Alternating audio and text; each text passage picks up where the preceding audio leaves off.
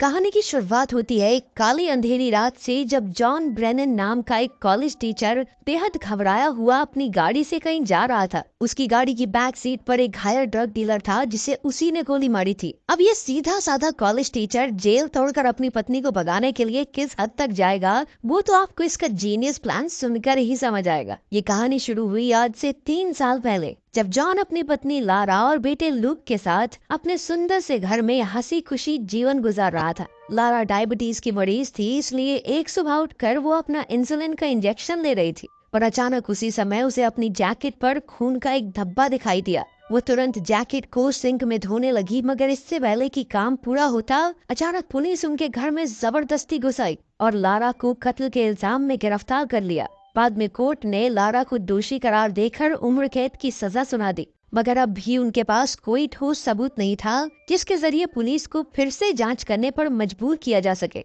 बल्कि सारे मौजूदा सबूत तो लारा के खिलाफ ही थे, जैसे कि उसके ऑफिस की एक कलीग ने उसे कत्ल की जगह से निकलते देखा था। उसकी जैकेट पर लाश के खून के निशान मिले थे और जिस हथियार से कत्ल किया गया था उस पर भी उसकी उंगलियों के निशान मिले। ये सब देखकर वकील ने जॉन से सीधे तौर पर कहा कि चाहे कुछ भी हो जाए, ये जेल से बाहर नहीं आ रही। जिसके बाद जॉन ने सीधे तौर पर उससे कहा कि वो जेल से बाहर तो आएगी। इसके बाद वो लारा से मिलने पहुंचा और वकील की कही हुई बातें बताई। जॉन की आंखें भरी हुई थी, जिसे देखकर लारा पहले ही समझ गई कि अब कुछ नहीं हो सकता, और वो फूट फूट कर रोने लगी। खैर, बाद में उस रात जॉन को खबर मिली कि लारा को हॉस्पिटल में भर्ती किया गया है। वो बिना समय गवाए वहां पहुंचा, मगर वहां के स्टाफ ने उसे लारा से मिलने नहीं दिया। तब जॉन ने पुलिस वाले और डॉक्टर के साथ काफी बहसबाजी की और आखिरकार उसे कुछ देर के लिए लारा से मिलने की इजाजत मिल गई। जॉन ने देखा कि लारा को हथकड़ी से बिस्तर पर बांधा गया था और उसकी कलाई पर पट्टी बंधी थी। ये देखते ही वो समझ गया कि लारा यहाँ पर क्यों थी।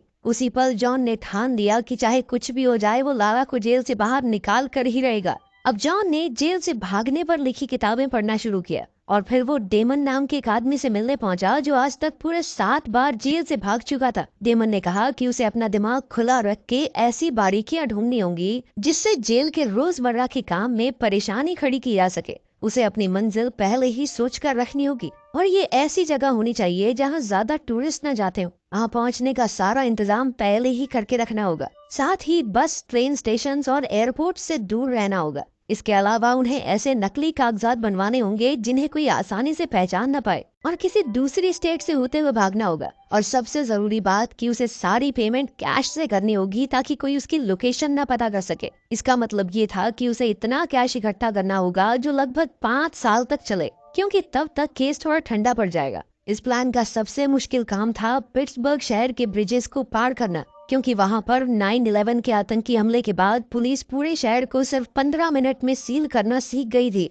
इसके अलावा उसे अपने माँ बाप और दोस्तों से हमेशा के लिए दूर होना होगा और शायद जरूरत पड़ने पर उसे किसी की जान भी लेनी पड़े। ये सब सुनकर जॉन अपने घर लौटा और फिर वो एक दीवार पर नक्शे और तस्वीरें चिपका कर अपने प्लान का हिसाब लगाने लगा। इसके अलावा वो जब भी लारा से मिलने जेल में जाता था, वो वहाँ की बारीकियों पर काफी गौर करता था। उसने देखा कि लिफ्ट में एक की होल था और दूसरी ओर कुछ कर्मचारी छत की लीकेज ठीक करने आए थे। साथ ही उसने ये भी देखा कि कौन से ट्रक्स रोज वहाँ रुकते थे।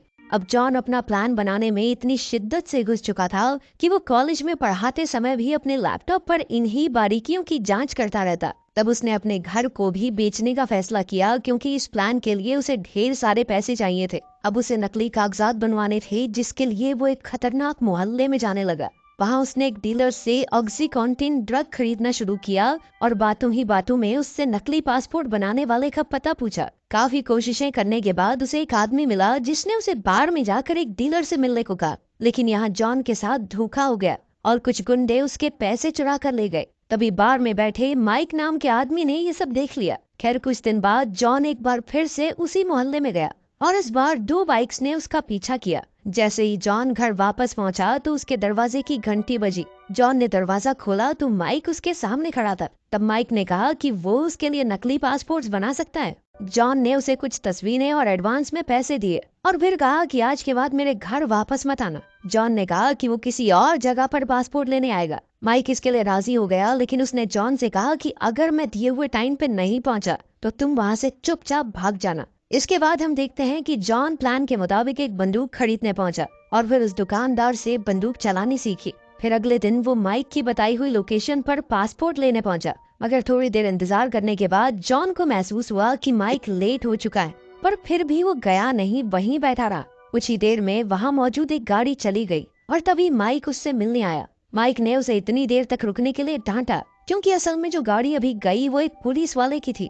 खैर फिर उसने जॉन को नकली कागज थमा दिए और कहा कि तुम इस काम के पीछे पागल हो चुके हो और यही पागलपन तुमसे कोई गलती करवाएगा। खैर इसके बाद हम देखते हैं कि जॉन ने एक बम्प की बनानी सीखी, यानी एक ऐसी चाबी जो कोई भी ताला खोल सकती है। उसने इंटरनेट से देखकर ये चाबी बनाई और अगली बार जेल जाने पर इसका इस्तेमाल करने का फैसला किया। जिस दिन वो जेल गया उसने मेटल डिटेक्टर में अपनी बाकी चाबियों के साथ बम्प की भी डाल दी, और जब वो डिटेक्टर से आगे बढ़ा तो उसने पुलिस वाले के देखने से पहले ही चुपके से चाबी उठा ली। जब वो बाकी लोगों के साथ हॉलवे में आगे बढ़ रहा था तो जॉन जानबूझकर सबसे पीछे रहा और फटाफट उसने एलिवेटर में चाबी लगाने की कोशिश की, पर बदकिस्मती से चाबी टूट गई और उसका आधा हिस्सा छेद में ही रह गया। जॉन ने उसी पल अपने हाथ में मौजूद दूसरा हिस्सा फेंक दिया और बेकसूर होने का नाटक करते हुए वहाँ खड़ा हो गया। कुछ ही पलों में एक पुलिस वाले ने वहाँ आकर ये देख लिया। तभी पुलिस वालों ने बाहर से आए सभी लोगों से पूछताछ करनी शुरू कर दी। जब जॉन की बारी आई तो उसने सिक्योरिटी कैमरा की फुटेज में देखकर कहा कि मैं तो इसमें दिखाई नहीं दे रहा, ये लंबा सा आदमी है ना, इसके पीछे नाम है। ये सुनकर ऑफिसर को उस पर थोड़ा शक तो हुआ, मगर सिर्फ शक के आधार पर कार्रवाई नहीं की जा सकती, इसलिए उन्होंने जॉन को जाने दिया। जैसे ही जॉन जेल के दरवाजे से बाहर निकला तो घबराहट के मारे उसकी हालत खराब हो गई। ये सब डिटेक्टिव क्विनिन ने देख लिया और उसे भी जॉन पर शक हो गया। तब से क्विनिन ने जॉन पर नजर रखनी शुरू कर दी, लेकिन जॉन इससे बिल्कुल अनजान था, बल्कि वो तो धीरे धीरे अपने घर का सामान बेचने में लगा हुआ था। और जब भी उसका भाई उससे मिलने आता तो जॉन छुप कर बैठ जाता। एक दिन दोपहर के समय जॉन लूक को पार्क ले गया तो लूक के दोस्त कैरी की माँ ने उसे कैरी की बर्थडे पार्टी में आने के लिए इनवाइट किया। खैर बाद में जॉन एक बार फिर अपने प्लान की तैयारी में जुट गया। एक दिन अचानक उसने जेल के बाहर रुकने वाली नई वैन देखी और उसी पल उसके दिमाग में जबरदस्त आइडिया आया। अब वो मेडिकल वैन्स के जरिए अपने प्लान को अंजाम देने वाला था।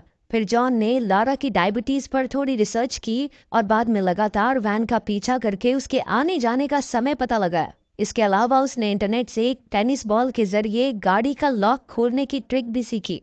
फिर अगले दिन उसने बॉल वाले तरीके से मेडिकल वैन का दरवाजा खोला और लारा के टेस्ट रिपोर्ट्स की तस्वीरें ले ली। बाद में उसने नकली टेस्ट रिपोर्ट बनाई जिसके मुताबिक डॉक्टर्स को ऐसा लगे कि लारा की हालत काफी खराब है। अगली बार जब जॉन लारा से मिलने गया तो लारा ने उसे काफी बुरी खबर दी।